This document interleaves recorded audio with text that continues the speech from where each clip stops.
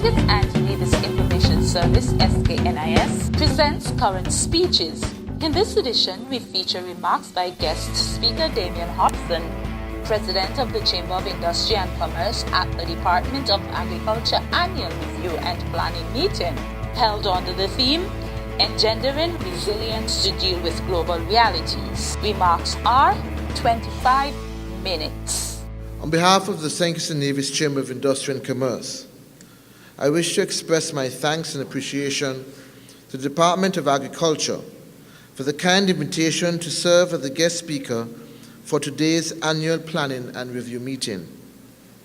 While I nor my organization profess to be experts on the subject of agriculture, we do understand the importance and urgency of bridging the gap between local production and imports.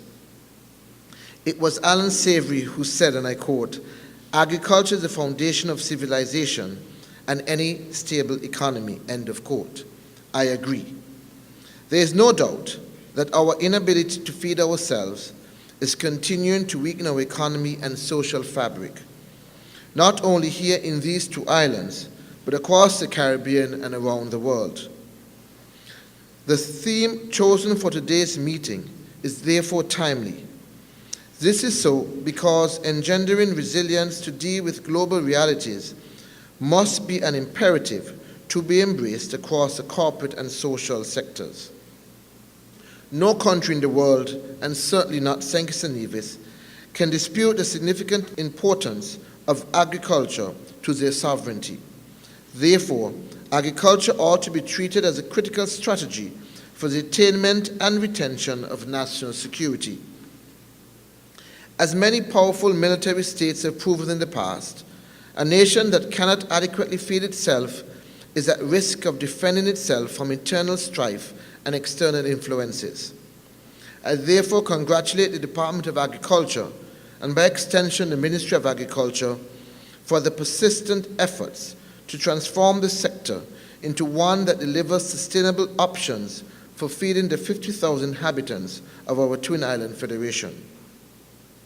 The topic given to me, bridging the gap between local production and imports, is suggestive that there is a gap so wide that it must attract the concern, attention, and action of all stakeholder groups represented here today. The topic also implies that while we accept that food imports are a reality, it also suggests that foreign produce must not continue to supersede local production. Unlike tourism, the financial services sector, and information technology, agriculture is not new to our way of life. In fact, agriculture is the oldest industry native to St. Kitts and Nevis and the Caribbean, but yet, despite the passage of centuries, we seem not to have mastered the art of agriculture and remain unable to feed successive generations. It is therefore refreshing to note that local officials and experts have decided that the time has come to shift the development spotlight in the direction of finding solutions that could reverse what is a growing trend in the wrong direction. When we examine the present realities, it shows that the cost of imported agricultural products is continuing to rise. For instance, according to the Government Department of Statistics, St. Kitts and Nevis in 2014 imported $17 million in agricultural products. During the first half of 2015, the figure stood at $10.3 million. We do not have the final statistics, but it is clear that if this trend continued, we were projected to hit $20 million by the year's end. The leading agricultural items being imported are white potatoes, onions, cabbage, sweet peppers, carrots, and tomatoes. All of these can be produced here, but yet we continue to fall short. The situation in St. Kitts and Nevis is unfortunate, but across the region it is worse. It is alarming, especially in countries like Bahamas, Haiti, Trinidad and Tobago, and Jamaica. Figures obtained from CARICOM show that the combined food import bill for the 14 member states of CARICOM in 2000 was $2.08 billion US. In 2008, the figure jumped to $4 billion, and in 2011 it climbed further to $4.25 billion. Therefore, 5 years ago, the Caribbean was spending $4.25 billion on imports to help feed over 60 million people in 15 territories of CARICOM. I remind you that this is a region that is blessed with fertile arable land, quite friendly to agricultural production. And it is not even the case that we are largely buying from one another. No, it is mostly from outside of our region. CARICOM also revealed that in 2010, only 12.7% of total food imports were sourced from within the Caribbean. And while we are buying more from outside the region, we are also paying higher prices as well. During the decade from 2000 to 2011, it was reported that the prices of key imports, wheat, maize, rice, and soybean oil, increased by 137%, 274%, 92%, and 159% respectively. CARICOM also reveals that the proportion of CARICOM inter-regional trade in agricultural products has declined from 17.3% in 2000 to 12.7% in 2010. In other words, we are buying less from one another. There's little doubt that our high import agriculture bill is negatively impacting our ability to satisfy the growing needs of our population, because it squeezes the availability of financial resources to deliver social programs. Experts also agree that it affects foreign exchange levels and displaces local production. Recently, the federal government of St. Kitts and Nevis removed a 17% value-added tax on food. The decision, we are told, was influenced by cries over high food prices coming from within the national population, especially from groups that are more economically challenged. I know the debate on this is continuing, but one thing that it does illustrate or confirms is that the food importation does in fact create local hardships through the burdens of price structures that seem out of reach for many. Other implications we have observed is that when less people become engaged and employed in agriculture, some tend to migrate to the city center in search of new employment opportunities. Not only does it put a strain on social services in the urban areas, but it means that small farms are being abandoned, reducing the number of local producers. At almost every agricultural forum I attend, the chorus of discontent has been the same. We hear the concerns of the farmers, we listen to the challenges of the Department of Agriculture, we are told that the local population is unhappy about the scarcity of certain produce, and of course, the big buyers of produce, the restaurants and hotels, share their own worries. Challenges posed by the monkeys that continue to eat our crops are chronicled by the folks in agriculture. The need for new techniques to provide water to farmers is yet another factor that affects local production. The limitations in terms of marketing, branding, packaging, and quality control are also often spoken of in the community. The message, therefore, is clear. There is no doubt that St. Kitts and Nevis urgently needs a comprehensive strategy for agricultural diversification and development. What then should be our mission? Our goal should be to reduce imports and increase local production for domestic consumption, while also becoming a major player in exports regionally, if not internationally. It ought to be our long-term mission to join other Caribbean countries that today are the lead players dominating inter-regional agricultural trade. As you may be aware, it is Jamaica with 31%, Barbados 13%, Trinidad 11%, St. Lucia 11%, and Guyana with 8%. St. Kitts and Nevis is nowhere to be found as a significant player. And the fact that our food supply is being supplemented by weekly inputs from another OECS territory tells us that the journey ahead is long and arduous. Therefore, the other question that must be tabled is, how do we accomplish a reversal of the current paradigm? Firstly, there must be a will to effect change. This change must naturally be led and inspired by government. It is only government that occupies the required resources, especially land, to accomplish our goal. However, the burden of change must also be a shared one, involving the private stakeholders, including business organizations such as the Chamber, the hotel and restaurant sector, farmers, agricultural experts, small shop owners and operators, co-op societies, the Ministry of Education, friendly and helpful governments, and organizations like IECA and the public. This must be a journey traveled by all with a common purpose. In this country, we enjoy talking about unity. Well, if there was a cause to forge a partnership and construct a united team, that time is now, and that cause is sustainable agriculture.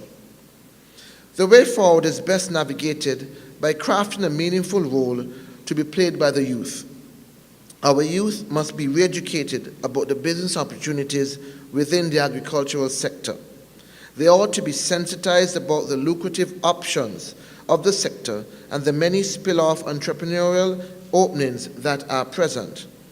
A new thrust in agriculture, we need experts in packaging, marketing, distribution, transportation, and wholesale export prospects. Groups like the St. Nevis Agricultural Youth Forum must continue to receive the assistance of all who can provide tools, equipment, cash, technology, and other means of support. Our efforts should be to multiply such co-ops throughout the two islands of this federation. The days of school and backyard gardenings should return. This is how we would help to instill interest and create a better understanding of the sector, starting at an early age and a formative age.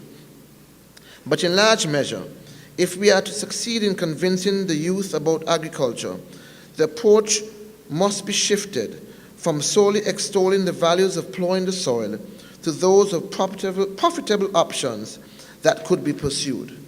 In other words, we must explore ways to make agriculture more appealing, or some would say these days, make it more sexy, than the current image of laborious task to avoid. This perhaps might be a joint responsibility of the Ministry of Education and the Ministry of Agriculture, with support from the parent-teachers associations of each institution. The present culture of agriculture and tendencies in relation to production can be positively altered if we work together as a team.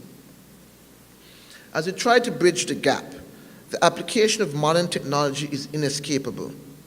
In some countries, I am told that farmers use GPS to monitor their irrigation system via the internet using their cell phones or other handheld devices.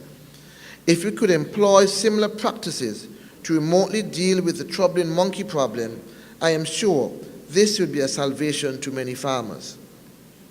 The use of technology can also lead in the direction of new methods of production and import substitution. For instance, it is the belief of some experts that cassava can be used as a substitute for wheat in our bread and corn in animal feed. Of course, all of us can relate to cassava, which once was a staple product in the 1960s. The FAO in a recent article argued, given the importance of corn and wheat in the Caribbean Diet and Food Import Bill, promoting increased efficiency in the production and marketing of cassava can go a long way to reducing the food import bill. And of course, there are other examples. While there is much to be gained in targeting external markets for local produce, we must first maximize the potential that remains domestically. In the 1970s, there was an organized campaign to buy local. While we in St. Kitts and Nevis have moved away from that clarion call, thinking that we have graduated to more sophisticated tastes, it is interesting to note that the Americans, from whom we purchase so much, are still adamant that their people must buy local American products ahead of things foreign. The problem is, we need to again believe in ourselves. But in doing so, local producers must also adopt new methods and refine their attitudes to meet the demands of a more discerning populace and corporate clientele. Every hotel and restaurant here must be a target for local production, and the owners and managers of these facilities must also accept the challenge to support things local, and many of them are willing. Part of the discourse, however, has been that our local producers are not yet accepting the need to deliver higher standards through professional packaging, acceptable prices, all year-round seasonality, on-time distribution, and supply and consistency at quality levels. As an example, there are many who can relate to tales of going to the government Barcia fisheries outlet and would leave empty-handed simply because the complex was out of fresh fish. And similarly, at the Barcia public market, the stores are largely empty during the weekdays, and on busy days, the stock is usually foreign supplied. It is obvious, therefore, that we are missing out on many opportunities because of a lack of cohesive alliances and models. To correct this, as it has been intimated earlier, a new model and a new approach is needed. This new model should be directed at shifting consumer habits while also reshaping the present tendencies of producers. We have learned the stories of oversupply of one product or another on the local market. This ought to be replaced by a more structured coordination of production. National targets for each product should be established, and the respective agencies should work with the farmers to ensure delivery in accordance with those quotas. There has been a strong tradition of cooperatives in agriculture and other areas, but even these appear to be at risk and in need of greater support. The private sector agencies, including the Chamber of Industry and Commerce, are ideal partners to assist in helping farmers become better organized. Entities like the Chamber of Commerce are good strategic partners to help open and gain access to hotels, large restaurants, and supermarkets.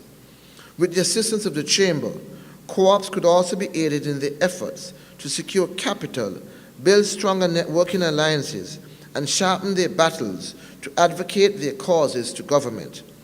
This too would help the farming community to become stronger and more influential in local and national domain. Agriculture needs to become a full-time business operation and not the part-time model that now exists.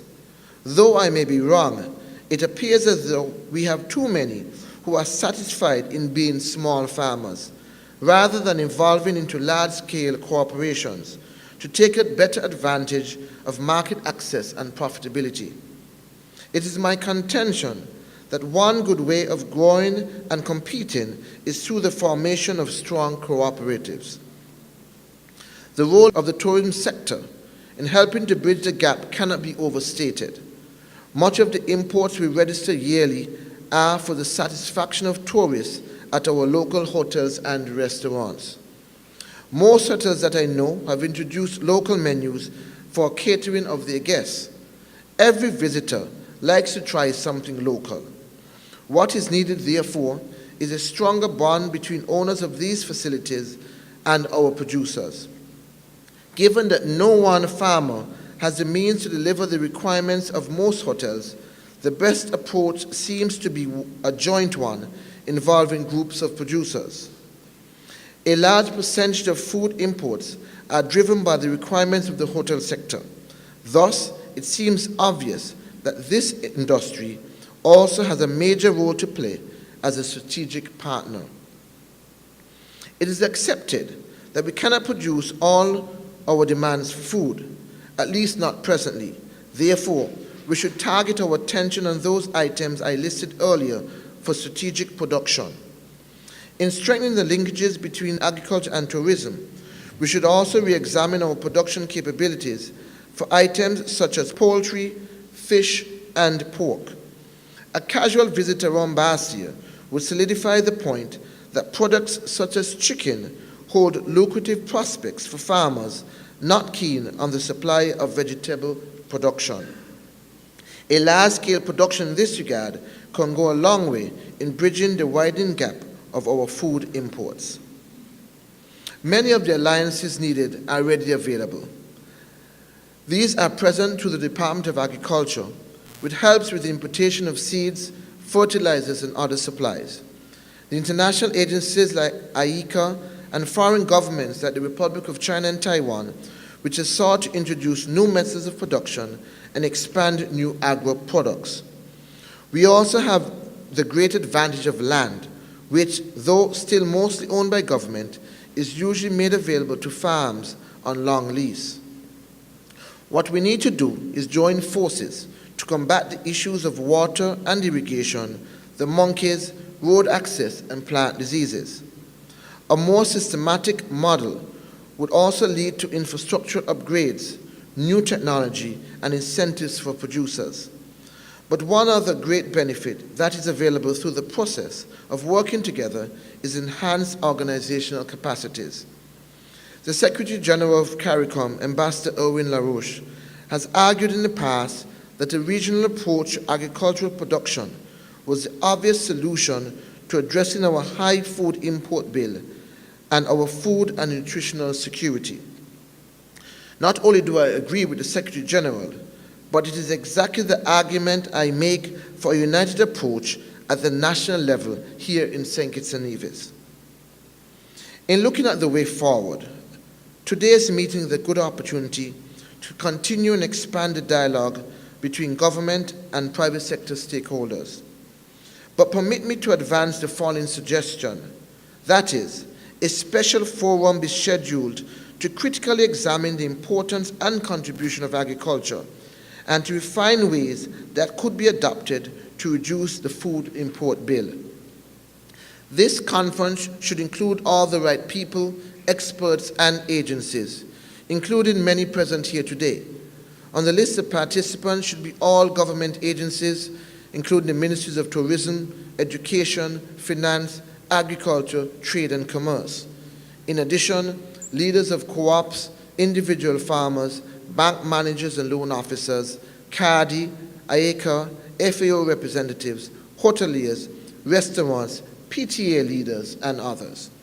The focus will be on the development of strategies to increase local production, introduce new financing schemes, new technologies, marketing, improving production levels and standards, and enhancing the skills of our local producers.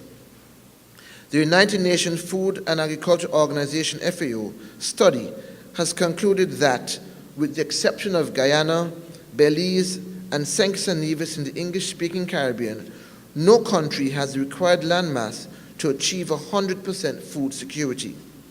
This alone should inspire our actions to take more coordinated approach at the highest decision-making levels.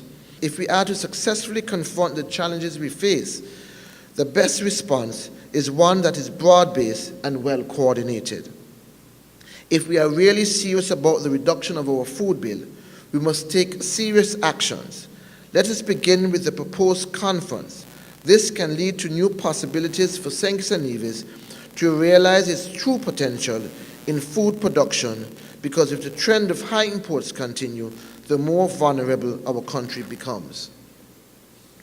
I wish to conclude with a borrowed thought, and it is that any success that we are to have in increasing our productivity in agriculture will strengthen our resilience of food markets, will enhance our food security, improve our social well-being, and would certainly lead to greater sustainability and national security. Ladies and gentlemen, as I take my seat, let me remind you of what one Samuel Johnson previously stated, and I quote, "Agriculture not only gives riches to a nation, but the only riches she can call her own," end of quote. Thank you.